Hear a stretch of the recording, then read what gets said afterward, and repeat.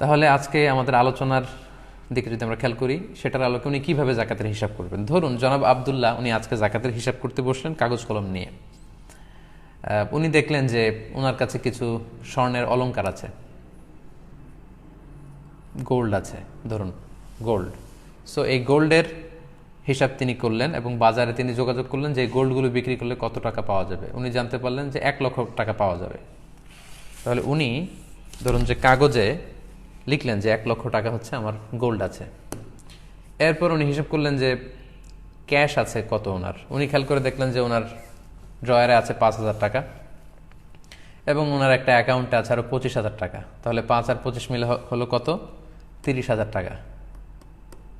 তাহলে 1 লক্ষ টাকা গোল্ড বিক্রি করে পেলেন বা গোল্ডের দাম হিসেবে জানলেন। ক্যাশ টাকা আছে ব্যাংকে এবং সাথে মিলে 30,000, হলো 1,30,000 টাকা।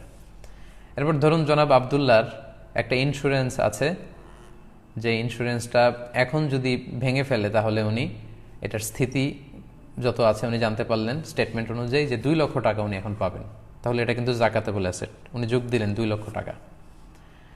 এরপরে ধরুন যে 1 বছর উনি একটা ফ্যাক্টরি নির্মাণ করে সেখান থেকে ব্যবসা শুরু করেছেন। তো এই ফ্যাক্টরিতে জাকাতেবল অ্যাসেট আছে ধরুন ওনার 5 লক্ষ টাকা, ফর এন এক্সাম্পল। এটাও উনি যোগ দিলেন। তাহলে দেখা গেল জনাব আবদুল্লার আজকে যে জাকাত হিসাব করতে হচ্ছে তার জাকাতেবল অ্যাসেট টোটাল এটার সংখ্যা দাঁড়াচ্ছে 8,30,000 টাকা মোট। এই পরিমাণ সম্পদের তিনি মালিক আমরা ধরে নিলাম। এবার ধরুন আবদুল্লার একটা ঋণ আছে, তার বন্ধুর কাছ থেকে কয়েক মাস আগে তিনি 1 লক্ষ টাকা নিয়েছিলেন ঋণ এবং বলেছেন যে 6 মাসের মধ্যে তিনি এটা দিয়ে দিবেন। তাহলে যেই ঋণ একবারে পরিশোধ করতে হবে আমরা বলেছিলাম এটা পুরো বাদ যাবে। তাহলে তার মূল সম্পত্তি 8,30,000 টাকার মধ্যে থেকে উনি ওনার যেটা ঋণ পে করতে হবে এটা উনি বাদ দিয়ে ফেলবেন, যেহেতু এটা ডিডাক্ট হয়ে যাবে। 1 লক্ষ বাদ দিলেন। এবার ধরুন উনি একটা লেটসে গাড়ি কিনেছিল ইনস্টলমেন্টে, কিস্তিতে, যেটা প্রতি মাসে মাসে উনি পে করে যাচ্ছেন।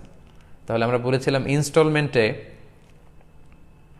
যদি কেউ কিস্তিতে ঋণ পরিশোধ করে তাহলে সর্বোচ্চ 12 মাসের কিস্তির টাকা উনি বাদ দিতে পারবেন। তো 12 মাসের কিস্তির টাকা যদি উনি বাদ দেন তাহলে দেখা যাচ্ছে যে এখানে আসে 1,50,000 টাকা।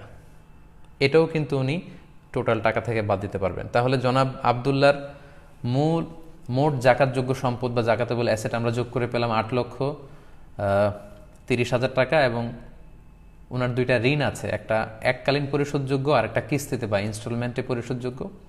এই 2টা যদি আমি যোগ দিই তাহলে হচ্ছে 2.5 লক্ষ টাকা।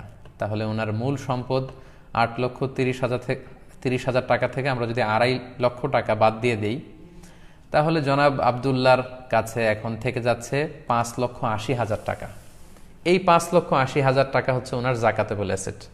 এই 5,80,000 টাকার উপর থেকে উনি 2.5% হারে জাকাত দেবেন। 5,80,000 টাকাকে যদি 2.5% দিয়ে উনি ভাগ দেন তাহলে দেখা যাবে যে ওনার জাকাতের টাকাটা বের হয়ে আসছে। তো 5,80,000কে 2.5% হারে যদি আমরা হিসেব করি তাহলে ওনার 14,500 টাকা জাকাত আসে। বাংলাদেশি টাকায় 5,80,000 টাকা থেকে 2.5%-এ জাকাত আসে 14,500 টাকা। তো জনাব আবদুল্লাহ সাহেবকে এই 14,500 টাকা আল্লাহর বর্ণিত যে 8টি খাত আছে যে কোনো একটি খাতে জাকাত আদায় করে দিতে হবে। সম্মানিত সুধী, আশা করি এই সহজ পদ্ধতিতে আপনারা যদি জাকাতের ক্যালকুলেশন করেন তাহলে জাকাত নিয়ে যে আমাদের দুর্বোধ্যতা, আমরা মনে করি হিসাবটা খুব জটিল, এই জটিলতা আপনাদের থাকবে না এবং সহজে আপনারা আপনাদের জাকাতের ক্যালকুলেশন করে ফেলতে পারবেন বলে আমি আশা করছি।